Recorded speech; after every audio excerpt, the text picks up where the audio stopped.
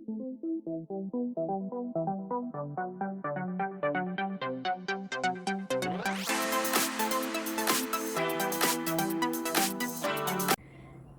And style YouTube channel එක වගේම Facebook page එකත් එක්ක එකතු වෙලා ඉන්න මගේ යාළුවෝ හැමෝම ආදරෙන් පිළිගන්නවා. මම අද ඔයාලට කියලා දෙන්නේ මේක පාටියකට වගේම සාමාන්‍ය ගමනකටත් ඔයාලට මේ ගවුම අඳින්න පුළුවන් කොහොමද හරි ඉක්මනට සරලව මහගන්නේ කියලා ඔයාලටම මහගන්න පුළුවන්. ඉතින් එන්න මගෙත් එක්ක එකතු වෙමු. කොහොමද මේක මහන්නේ කියලා බලන්න. ඔයාලා හැමෝටම සාර්ථක සුබ දවසක් වෙන්න කියලා මම පළමුවෙන්ම ප්‍රාර්ථනා කරනවා. හරි මම අද ඔයාලට කියලා දෙන ගවුමේ බලමු කොහොමද මේ බ්ලොක් එකක් ආධාරයෙන් ඒක අපි කපා ගන්න කියලා. ඉස්සෙල්ලම මම ගවුම් පැටර්න් එක අඳින්නම්. ඒකේ මේ වගේ මූලික කර එනවා. ඊළඟට මේ වගේ පොඩි උරහිස දෙකක් ඇවිල්ලා මෙහෙම අත්කට මේ විදිහට ඇවිල්ලා ඊට පස්සේ ගවුමේ ඉන ඒ කරලා මේ වගේ A line හැඩයක් එනවා. සාය උඩ කොටසට ඊළඟ ටික මේ විදිහට රැලි කරලා රැලි එනවා. මම මේක මගේ ගොඩක් දිගට යටටම මහනවා මේ ගවුම. එතකොට අපිට මේකේ කර වටමින්ම ඕනේ වෙනවා. ඉන වටමින්ම ඕනේ වෙනවා. පපුව වටමින්ම ඕනේ වෙනවා. මේ මිමි තුන වටමිමි විදිහටත් ඊළඟට උරහිසේ පළල අපිට අවශ්‍ය වෙනවා. උරහිස කොච්චරද කියලා ගන්න. ඊළඟට කර වටමින්ම ගන්න, පපුව වටමින්ම, ඉන වටමින්ම ගන්න. උස මිමි විදිහට උරහිස මුදුනේ ඉඳලා මේ ඉන්නට උස ගන්න. ඉන්නට උස ගද්දී හරියටම ඔයාලා ඉනේ නැමෙන තැනට උස ගන්න. ඒ වගේම එතන ඉඳලා ඔයාට කොච්චරක් මේ A line හැඩේ මේ කොටස ඕනේද කියලා ගන්න. ඒක අනිවාර්යයෙන්ම ඔයාගේ දණිස්සෙන් උඩට වෙන්න ඕනේ. ඒ උස ගන්න. ඊට පස්සේ එතන ඉඳලා ඔයාට රැලි කොච්චර ප්‍රමාණයක් අවශ්‍යද කියලා ඒ උස ගන්න. එතකොට උසවල් 3ක් අවශ්‍ය වෙනවා. ඊළඟට මෙහෙම හරස්සත මිමි මේ ටික මේ විදිහට ගන්න. හරි අපි දැන් බ්ලොක් එක හඳිමු. ඉස්සෙල්ලම මගේ උරහිස මම ලකුණු කරනවා. උරහිස දෙකට බෙදලා අපි ලකුණු කරන්න ඕනේ. උරහිස දෙකට බෙදුවම මගේ එනවා 7මාරක්. මම මේ 7මාර මේ ඉරේ ලකුණු කරනවා. ඊට පස්සේ මම එතනින් අඟලක් පල්ලෙහාට මම මෙතන තමයි මගේ නැම්ම තියෙන්නේ. එතනින් එහාට මෙහෙට තමයි මම බ්ලොක් එක අඳින්නේ. ඊට පස්සේ එතනින් මම අඟලක් පල්ලෙහාට ලකුණු කරලා අලුත් උරහිස රේඛාව මේ විදිහට අඳිනවා.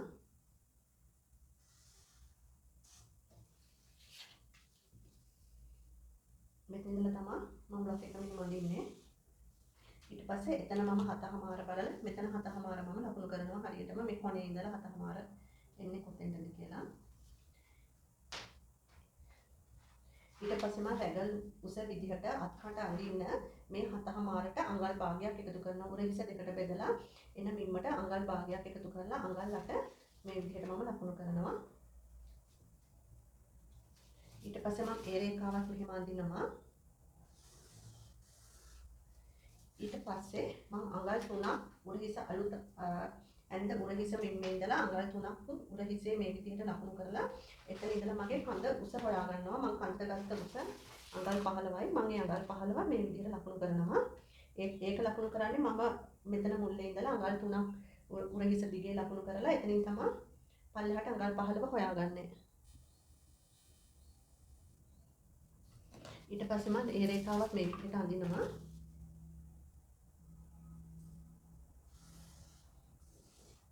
ඊට පස්සේ මම හරස් මිමි ටික ලකුණු කරනවා.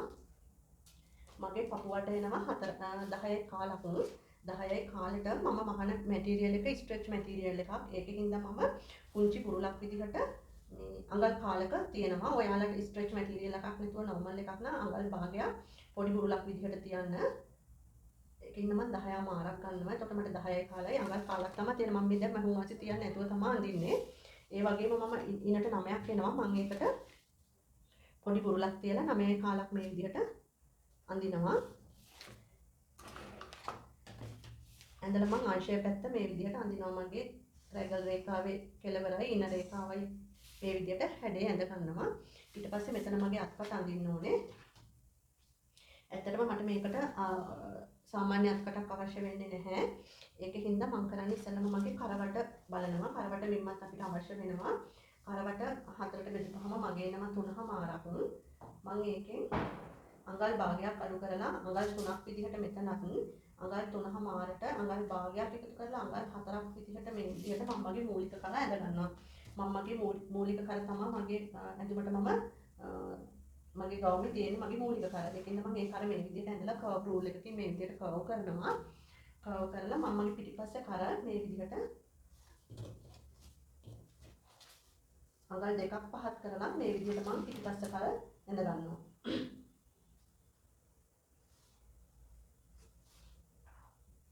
ඊට පස්සේ මම කරන්නේ කරේ කෙළවරේ ඉඳලා අඟල් දෙකමාරක් ඔයාලට දෙකක් හෝ දෙකමාරක් ගන්න පුළුවන්. මම අඟල් දෙකමාරක් ගත්තා.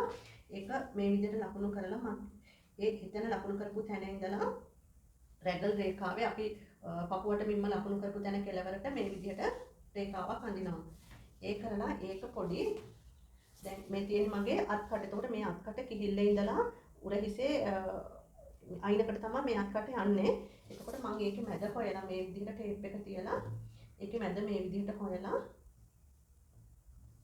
එතන පොඩි පොයින්ට් 3ක කියන අඟල් කාලයකට වැඩි චුට්ටක් වැඩිපුර තියලා මෙහෙම පොඩි හැඩයක් ඇඳ ගන්නවා.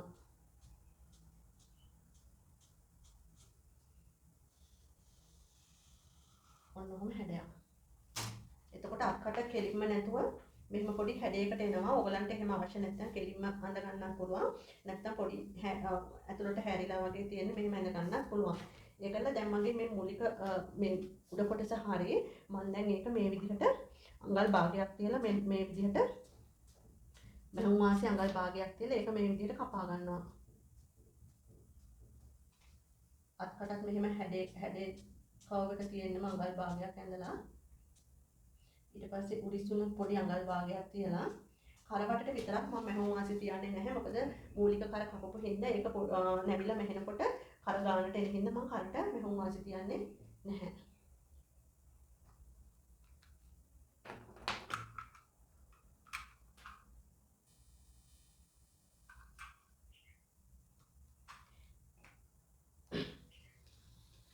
මගේ ගවුමේ පිටිපස්ස පළුවේ ෂිපර් එකක් එනවා. එතකොට මම මේ මෙතන ඉඩ තියලා තියෙනවා අඟල් භාගයක මේ පිටිපස්ස පළුව කපනකොට මගේ අඟල් භාගය එකම තමයි කපන්නේ. ඊට පස්සේ පිටිපස්ස පළුව ඉස්සරම මේ විදිහට මම පිටිපස්ස පළුව තමයි කපාගන්නේ.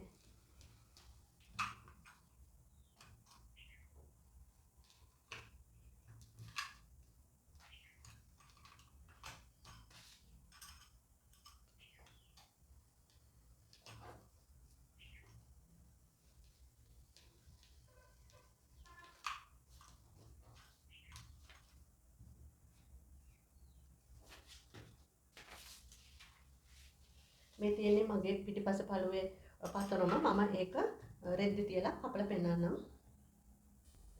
මේ තියෙන්නේ මගේ බ්ලොක් එක තියලා කපපු පිටිපස්ස පළුව. මේක ස්ට්‍රෙච් මැටීරියල් එකක්. ස්ට්‍රෙච් මැටීරියල් එකක් නිසා මට ඕන වුණා මේක ඩබල් දාලා මහන්න. මොකද මේක මේ ලයිනින් දැම්මොත් එහෙම නෝමල් රෙද්ද එකකින් මේකේ ඇදෙන ගතිය නැති වෙනවා. ඒකින්ද මේක ඩබල් දාපුවාම මේ මගේ ඇඟ පේන්නේ නැහැ. ඒකින්ද මම මේක පළු දෙකම ඉදිරිපස පළුවයි පිටිපස පළුවයි උඩ කොටස මේ විදිහට ඩබල් දාලා මෙවුවා. ඒකින්ද මම මේ වගේ කොටස් 4ක් කපා ගත්තා පිටිපස පළුවෙන්. ඊට පස්සේ දැන් මම මේකේ ඉදිරිපස පළුව කපන්නේ. ඉදිරිපස පළුව කපනකොට මට මේ කොටස් ටික අයින් කරගන්න ඕනේ.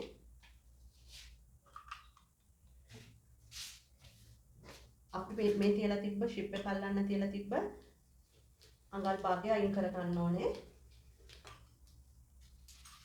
ඒ වගේම කර පිටිපස කර අයින් කරලා ඉදිරිපස කර මේ විදිහට කපා ගන්න ඕනේ. මේ ටික අයින් කරාට පස්සේ මට මේ ඉදිරිපස පළුව දැන් මේක තියලා මම ඉදිරිපස පළුවෙන් කොටස් දෙකක් කපා ගන්නවා.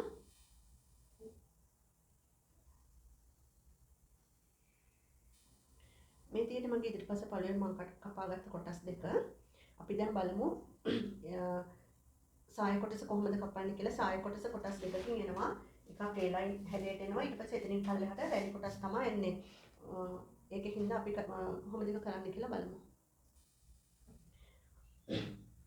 මේ තියෙන මම කපාගත්ත සාය කොටස මේ විදිහට තියලා ඒක ඉදිරිපස පළුව මේ විදිහට දෙකට නමලා පොඩි A line හැඩයක් තියලා අපිට අවශ්‍ය උස මේ විදිහට මැනලා මම අඟල් 18ක් කපලා තියෙනවා.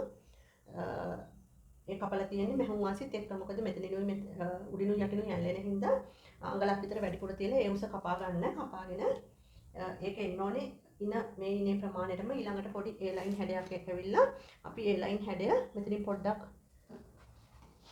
මේක මෙහෙම වක්‍ර කරනවා. අඟලක් විතර මෙහෙම උඩට කපන්න ඕනේ. මොකද මේ නැත්තම් කොණෙන් එල්ලෙන්න බලන හින්දා එතන ඒ විදිහට කපනවා. ඒ වගේම පිටිපස පළුවේ ඒ වගේ කොටස් දෙකක් කපා ගන්නවා. මේ තියෙන පිටිපස පළුවේ කපපු කොටස් දෙක. මොකද පිටිපස පළුව අපි ශිපයි කරන හින්දා අඟල් භාගයක් වැඩිපුර තියලා කැපුවේ. ඒ වගේම සාය කොටසෙත් ඒ අඟල් භාගය අපි තියන්න ඕනේ. තියලා ඒ ප්‍රමාණයටම ඉන අරගෙන ඒ ලයින් හැඩේ තියලා ඒ ලයින් හැඩේ මෙතන යටින් පොඩි අඟලක් විතර උස්සලා කපන්න ඕනේ. මොකද නැත්නම් මේ කොණෙන් එල්ලෙනවා. මොකද මෙතන අපි රැලි කරනවා. ඊළඟට අපේ රැලි කොටස් ටික මෙන්න මේ සාමාන්‍යයෙන් ඔයාලට මේ වගේ දෙගුණයක් හරි මේ පළල වගේ තුන් ගුණයක් හරි ගන්න පුළුවන්. මොකද රෙදි තියෙන ප්‍රමාණය බලලා ගන්න. ඒක නිකම්ම මේ වගේ කොටසක්. ඒකේ උස ප්‍රමාණය ඔයගොල්ලෝ මැනගත්තේ උස ප්‍රමාණයට අඟලක් එකතු කරලා මේ විදිහට රැලි කරලා බලන්න. ඔයගලන්ට රැලි ගොඩක් අවශ්‍ය නම් මේ වගේ තුන් ගුණයක් හරි ඔයගලන්ට දැරි සාමාන්‍යයෙන් අවශ්‍ය නම් දෙකමාරක් මේ පළල වගේ ගන්න. එතකොට මේ වගේ කොටස් දෙකක් එනවනේ. එතකොට ඒ ප්‍රමාණය බලලා අරගෙන ඒක අල්ලන්න පුළුවන්. අපි බලමු එහෙනම් කොහොමද මේක මහන්නේ කියලා.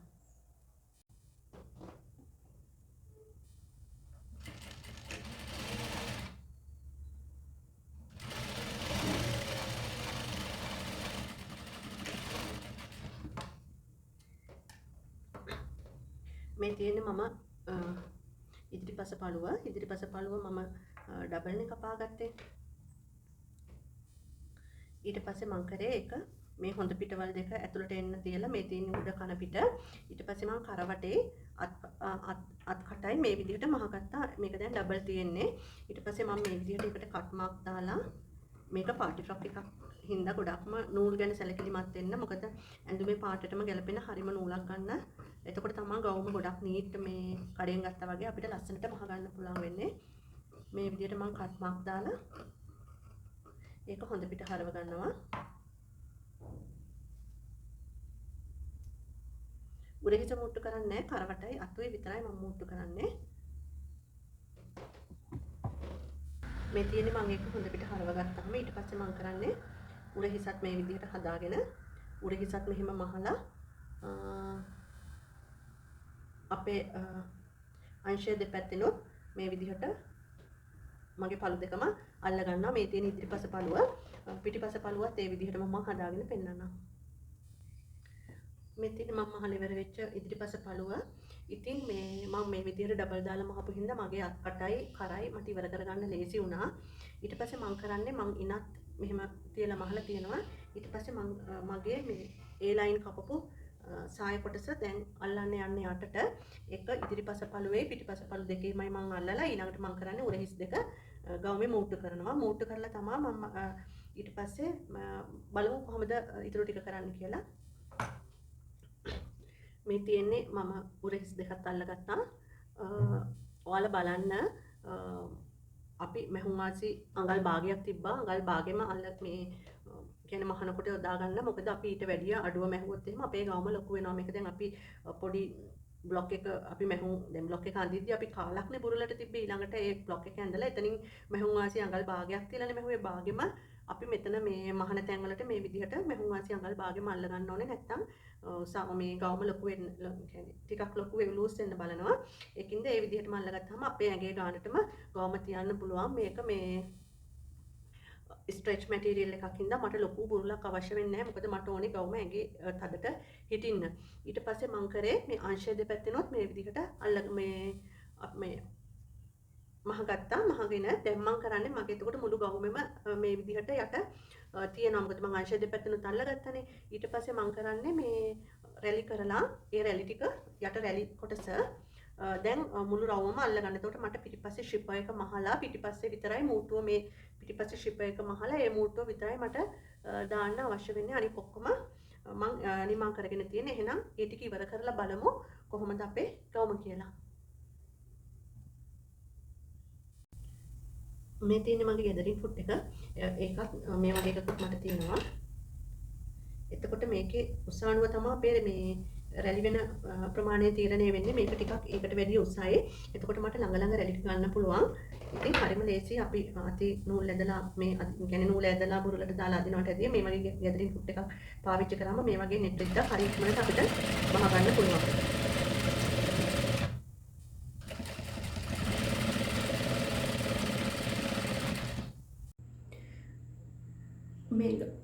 මේ ගවුමේ මේ කොටස අල්ලන හැටි බලමු.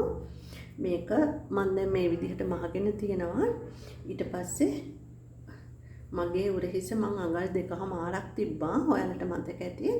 ඒ වුණාට මම මේක තියලා මේ විදිහට අඟල් 1.5 වෙන්න පොඩ්ඩක් උරහිසේ පොඩි රැලි මේ රැල්ලක් විතර තියෙනවා. මෙතන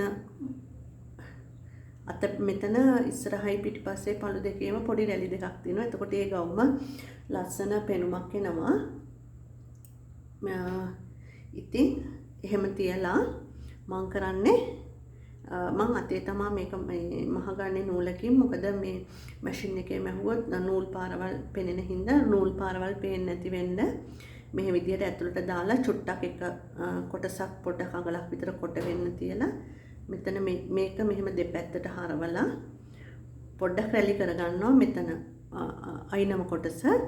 ඊට පස්සේ අතේ මෙහෙම වටටම මේක පේන්නේ නැති වෙන්න මේ ඇතුල් පැත්තෙන් ටැග් කරගන්නවා. ටැග් කරගෙන මේ එතකොට මේ කොටස අඟල් 1.5ක් වෙනවා. එතකොට අඟලක් විතර මේ විදිහට ඇතුලෙන් රැලි වෙලා හිටිනවා. ඊට පස්සේ තමයි ඒක අතේ ලස්සනට මේ විදිහට වැටෙන්නේ. හරි එහෙනම් මගෙත් එක්ක මම හිතනවා ඔයාලට තේරෙන්නේ නැති කියලා. ඔයාලට මේක ඕනේ නම් මැෂින් එකේ ඔයාලට කැමති විදිහකට මේක වෙනස් කරගන්න පුළුවන්. එහෙම නැත්නම් ඔයාලට මේක නැතුව මේ විදිහට අඳින්නත් පුළුවන්.